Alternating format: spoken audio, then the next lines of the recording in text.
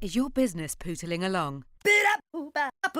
Instead of firing on all cylinders? Are you feeling overwhelmed, stressed, and frustrated? Do your dreams of financial freedom feel a long way off? Then this is the podcast for you. Little Voice, Big Business, with your host, Nadia Finer. Hello there, welcome to Little Voice Big Business with me, Nadia Finer. Today I want to talk to you about speaking gigs, giving talks, and why they're a really great way for you to reach your people and help you boost your profile as an influencer. Now, the reason I feel inspired to do this today is because I was invited to give a talk recently locally, and I've also been invited to go to New York to give a talk in May. So speaking is very much on my radar at the moment, and it's a very effective way of growing my business. If you'd have told me this, I think you probably know what I'm about to say. If you'd have told me this a few years ago, I would have probably laughed in your face, because the idea of giving a talk to me used to be really scary. And I remember it was weird. My first ever job, actually, I used to work for KPMG. That was my first job as a trainee accountant, and I hated everything about it. Surprisingly, and I was rubbish at it, to be honest. I didn't last very long, but part of being a graduate there was that we got lots of training, and one of the things we did was we did some public speaking training. And I remember very clearly that day when I can't remember what the talk was about. You had to just kind of discuss some accountancy stuff, whatever. It's probably wiped from my memory due to the trauma of the whole experience. But I do remember standing up in front of people and realising that I weirdly kind of liked it. Even though the idea of speaking in a group of people scared the hell out of me, somehow when I was up there, once I'd finally got myself up there, got over the nerves and managed to actually stand up without dissolving into a puddle on the floor. Once I actually started speaking, I really enjoyed it, and I also realised I could make people laugh, which I really liked. Now, I'm pretty sure the instructors there had never didn't really have that kind of a talk in mind. Maybe they were looking for something with slightly more gravitas about it, but at that moment I thought, I could do this actually. Although it scares me, I could actually do this. So over the years I've had the occasion to make the odd speech, and when I published my first book, More to Life Than Shoes, that really kind of started the whole speaking thing for me, because I would get invited to give talks. And I remember I've done them at universities, at women's networks, and at schools. And I remember one day I actually gave a talk to around 1,000 people. And I was absolutely petrified. 1,000 kids in a school. It was really beyond my comfort zone. And I think the reason that, although I liked giving talks, I always felt that I couldn't quite be myself, and that I felt that they were sort of expecting me to be like something else. They maybe didn't want me to be hilarious, which I obviously am, or they kind of wanted me to be more serious and more grown up, or more something that I wasn't. So it was always a bit uncomfortable for me. And so although I kind of enjoyed it, it wasn't quite right, if you know what I mean. Now, more recently, when I get invited to do talks on business stuff, I guess I love it now. I really do. I don't like the idea of it, the build-up scares me, but when I'm actually there, I really enjoy it. And I think the thing is, I don't pretend to be anything else. I don't try and be another kind of business.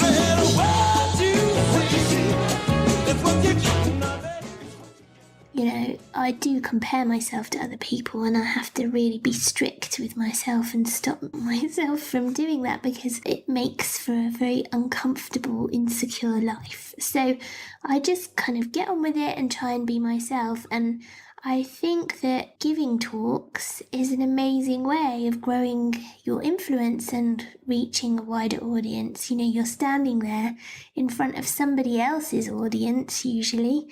You've got this amazing opportunity to show them what you can do and take them along the journey, the know, like, trust journey, because within the confines of one talk, people are getting to know you, they're getting to like you, and they trust you a little bit, So I've seen incredible results. So off the back of one talk, I've managed to get 2 or 3 one-to-one clients and a handful of new members of my profit pack.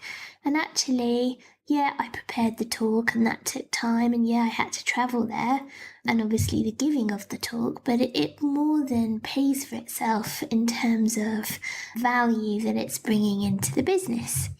Okay, so what are my tips for giving a talk? Now, I will say at this point, I'm not an expert, I'm not a public speaking coach by any means, but I'm not bad at it. I had a funny experience recently when I was in the toilet, not in the toilet itself, but in the bathroom. I was in the bathroom washing my hands, and I got talking to one of the other speakers at an event recently, and she seemed very businesslike, she seemed very professional, and she used a lot of long words in her talk. Well, when she was talking to me about her talk, she used a lot of long words, and I was thinking, oh my god, I don't know what I'm talking about. They're going to annihilate me. It's going to be, an absolute massacre. It's going to be embarrassing, whatever. I was completely intimidated. And the thing is, when it came to the talks, mine was pretty well received. And actually, the ability to use loads of long words and sound a bit intimidating does not necessarily make a great talk.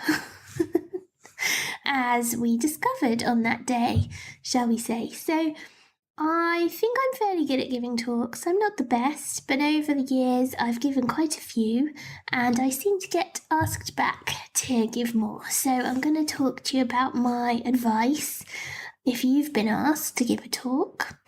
Here are my tips. I think the most powerful thing you can do in a talk is tell a story. Now, I always try and bring in a bit at the beginning about myself and the things I've done. So if I'm teaching something or sharing some advice relating to business, I'll share a story, an entertaining story about my own personal experience. If I can't think of something, then I could always share a story relating to one of my clients, or someone I know, or a case study, but on the whole I tend to focus on something that's happened to me, and I try and make it amusing and relatable so that the people listening can think, oh, she gets me, she gets what it's like, she's been there, she understands. So I think stories are key. I think they help build rapport. They bring emotion into the talk. So rather than it just being kind of like a lecture, you are more likely to kind of bond with the person. I try to gauge my audience. So if I'm not sure beforehand exactly who I'm talking to, although I would suggest that you try to find out, I try and gauge the audience and make it relevant for them. So if I've got chatting to people before a talk and I find out that somebody has a gardening company and someone else is a yoga instructor and someone else is an accountant, then I try to put examples in during the talk that relate to those specific businesses if I can. I try and gauge the audience not just in terms of what they do and making it relevant to them, but also their level of understanding. So if it looks like everyone's running multi-million-pound operations, then my talk is going to need to be slightly different to if it's a bunch of startups or students, people who are thinking of starting up. That's going to be different. So as much as you can find out about your audience beforehand, the more in-depth knowledge you have about your audience, the better. I try and gauge them in terms of the reaction as well. So if I'm talking and people are nodding off, I'll add in a few more jokes. I'll kind of wave my arms around and jump around a bit more to try and wake everyone up. So I think not only do you want to kind of make it specific to them, you want to make it relevant, but also you need to kind of pay attention to the audience as you're talking and see if they find it interesting. So if I know they laugh at if I use profanity in my talk and everyone goes, I might not do it again. But if they all think it's hilarious, then I will, if you see what I mean. So I'm reading the room. I try to be, like I said, as authentic as possible. So I'm telling my story. I'll probably also have to explain my little voice at the beginning because it may be subconscious, it may be in my head, but I can tell that as soon as I start speaking, people sort of turn to their neighbour and go, oh my God, she's got a really little voice.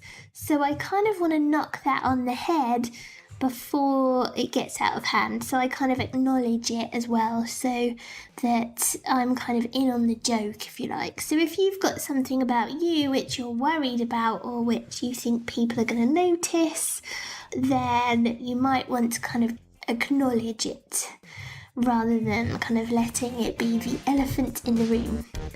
I try and have a theme that runs through my talk. So if my theme is going big, for example, how to go big in your business or how to kind of go big profit-wise or in terms of your influence maybe, and big is the theme, then I tie that in. So I talk about kind of the key points will all have the word big in. So I do this a lot, like in my profit pack, the names of the modules tie into big, so about going big, so you've got big vision, big profit, big package, big impact, big personality, all that kind of stuff. So there's a theme, and I think having a theme, it's easy for people to remember what you were talking about, but also it ties it all together. So I like everything to be cohesive and to feel like you put thought into it, that it all kind of makes sense and it's well thought out and well structured.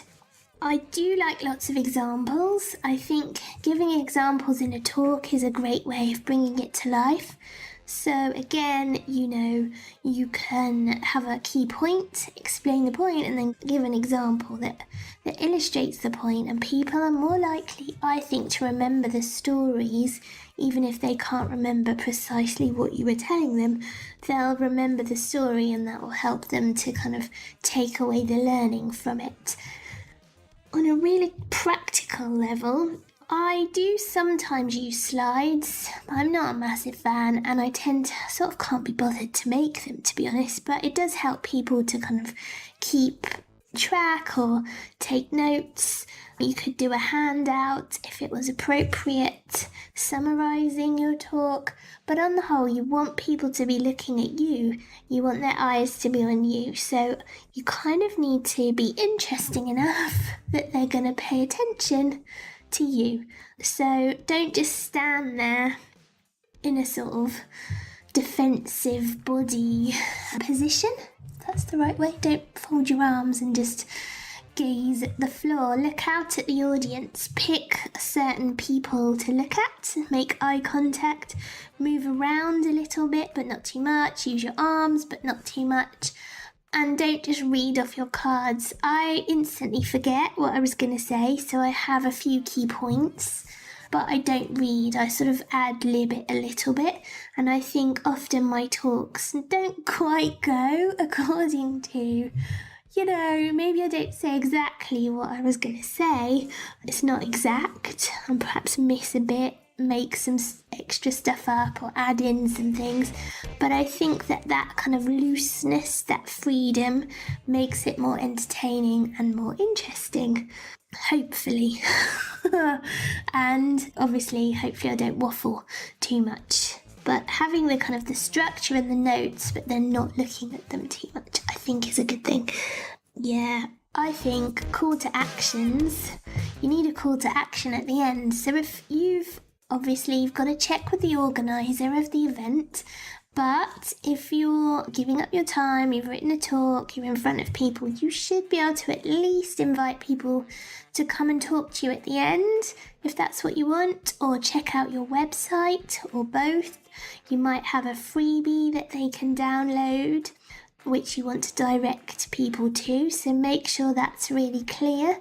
I would, if you can, give some kind of special incentive just for those people, so a special code that they can use or a special offer of some kind just for them, to make them feel special, and put a time limit on it. So tell them it's only valid till, tomorrow, something like that, to try and speed them up. Obviously you need to check if that's allowed, check what the parameters are with the organizer, because you definitely don't want to offend them. Great events often circulate a list of the people who attended. So after your talk, you can do loads of networking and chatting to people, and then you can pick off the people that were interesting, make sure you get their business cards, and make a note of the ones that you want to follow up with, because it's often hard to remember everybody, isn't it? And I have a memory like a sieve. Although, weirdly, a lady just joined my profit pack, and she mentioned that we'd been tweeting each other in 2010 and that she had a certain Twitter handle. And you know what? I remembered loads of information about her all these years later. So I was feeling quite proud of myself, because 7 years later, that's a pretty good length of time for me to be able to remember something when I usually instantly forget people's names. So I gave myself a little pat on the back there. So we've gone through some key points, some key things that you can try in your talks. Now this is going to illustrate the last one. So the last point is summarising what you've just taught people.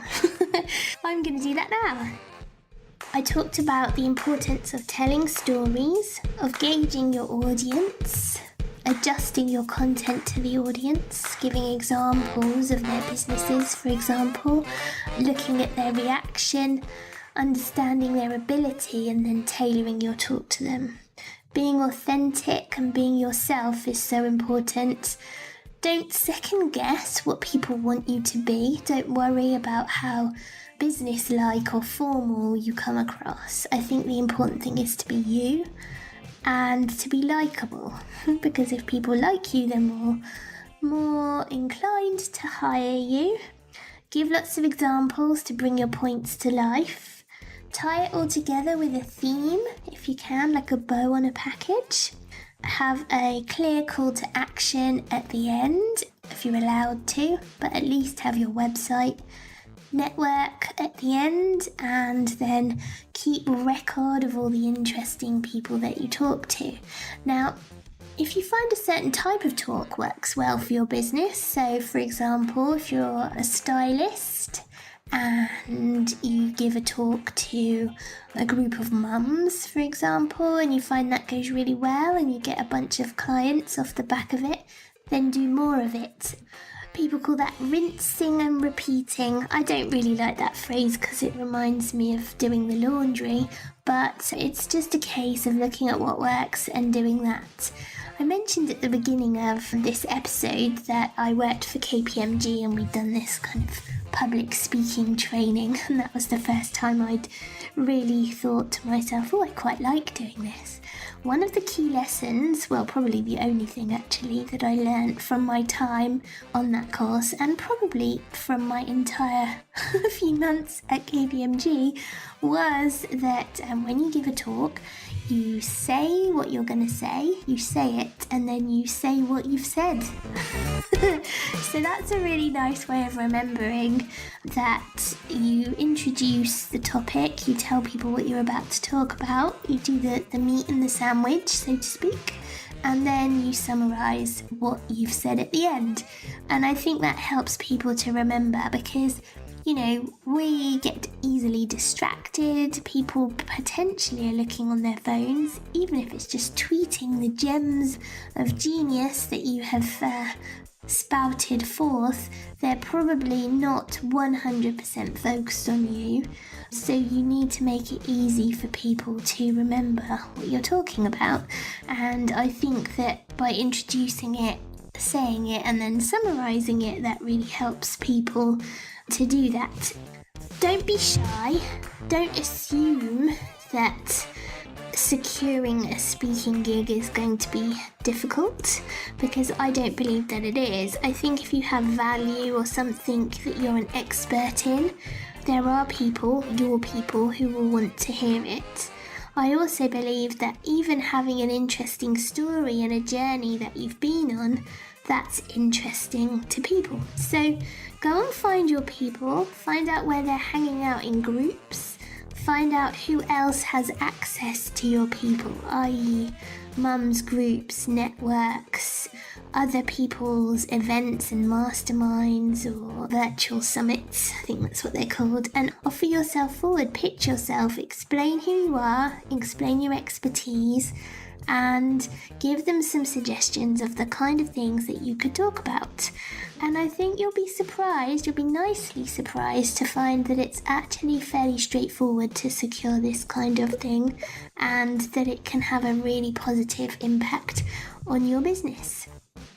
Cool, off you go then. Good luck getting your speaking gigs, and I look forward to hearing how you get on. And maybe one day I will be listening to one of your talks. That would be exciting, wouldn't it? Anyway, have a great day. I'll talk to you soon. Are you struggling to make money in your business?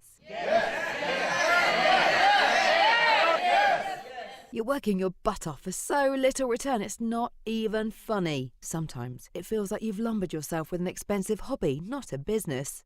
I need a dollar, that's what I need. Imagine bringing in $5,000 a month, every month. What would you be able to do? Travel? Last call for passengers on flight Air France to Paris, Charles de Gaulle. Spend more time relaxing? Hit the shops? Sounds good, doesn't it? But getting beyond the pennies to those $5,000 months is tricky. There are so many things you could be doing, it's hard to know where to start. You're busy all the time, working so hard. And yet you're just not making any money. It's so overwhelming. Everywhere you look, other people seem to have nailed it. You can't help but compare yourself to them. How can you possibly stand out? Nadia Finer specialises in strategy and support for female entrepreneurs. If you want to grow your business and make more money without working any harder, Nadia is your girl. Less work, more money, more fun. Sounds good. Introducing the Profit Pack to help women like you go big. You're off to see the wizard, the wonderful Wizard of Oz. You'll find he is a whiz of a whiz, if ever a whiz there was. If ever, oh, ever a whiz there was, the Wizard of Oz is one because of the wonderful things. 10 years of Nadia's expertise brought together for you in one place for the first time. Let Nadia guide you along the profit path so that you're moving day by day towards those $5,000 months. Step-by-step modules with videos and workbooks, support from Nadia in the Facebook group when you need it. A super friendly Facebook group with support and encouragement from your fellow female entrepreneurs. If you're sick of working crazy hours for tiny profits, join the Profit Pack and get your business working for you instead of the other way around. Come join the Profit Pack. Visit nadiafiner.com/pack to register today.